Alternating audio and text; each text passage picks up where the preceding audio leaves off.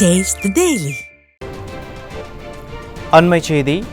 விழுப்புரம் மாவட்டம் ஓங்கூர் ஆற்றில் ஏற்பட்ட வெள்ளப்பெருக்கால் மரக்காணம் அருகே உள்ள காந்தாடு சூனாம்பேடு இடையேயான தரைப்பாலம் மூழ்கியதால் விழுப்புரம் செங்கல்பட்டு மாவட்டங்களைச் சேர்ந்த 8 கிராமங்களுக்கான போக்குவரத்து துண்டிக்கப்பட்டுள்ளது.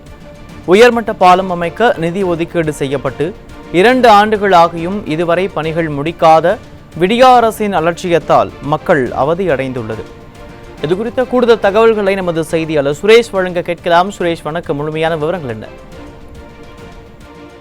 நிச்சயமாக உமேஷ், காற்றழுத்த தாழ்வு மண்டலம் காரணமாக தற்போது புயலாக உருவெடுத்ததன் காரணமாக தமிழகத்தின் பல்வேறு மாவட்டங்களில் பரவலாக மழை பெய்து வருகிறது. குறிப்பாக விழுப்புரம், செங்கல்பட்டு, கடலூர் உள்ளிட்ட பல்வேறு மாவட்டங்களில் பரவலாக கடந்த 2 தினங்களாக பெய்து வரும் கனமழை காரணமாக பல்வேறு ஆறுகளில் வெள்ளப்பெருக்கானது ஏற்பட்டுள்ளது.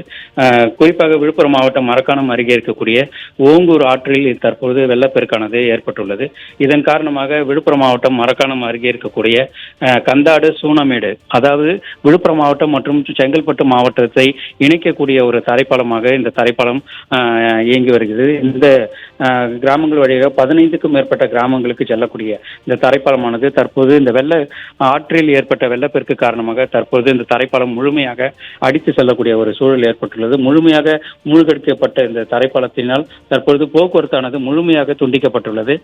இதன் காரணமாக அந்த பகுதியாக செல்லக்கூடிய மண்டகப்பட்டு, அகரம், புதுப்பேட்டை உள்ளிட்ட 2 மாவட்டங்களை, அதாவது விழுப்புரம், செங்கல்பட்டு ஆகிய 2 மாவட்டங்களைச் சேர்ந்த 8 கிராமங்களுக்கான போக்குவரத்து முழுமையாக துண்டிக்கப்பட்டது குறிப்பிடத்தக்கது.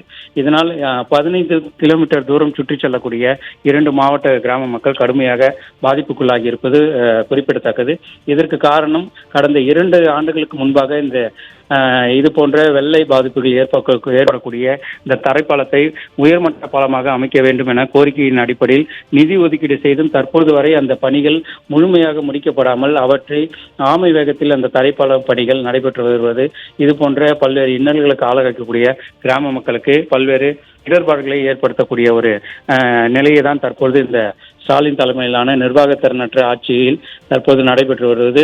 இந்த விவசாயிகள் மட்டுமல்ல, கிராம மக்களிடையே 2 மாவட்ட கிராம மக்கள் பல்வேறு இன்னல்களை சந்தித்து வருவது குறிப்பிடத்தக்கது. தற்போது உள்ள இந்த மழைக்கும் இந்த கிராம மக்கள் 2 மாவட்டங்களைச் சேர்ந்த மக்கள் கடுமையாக பாதிக்கப்பட்டிருப்பது குறிப்பிடத்தக்கது.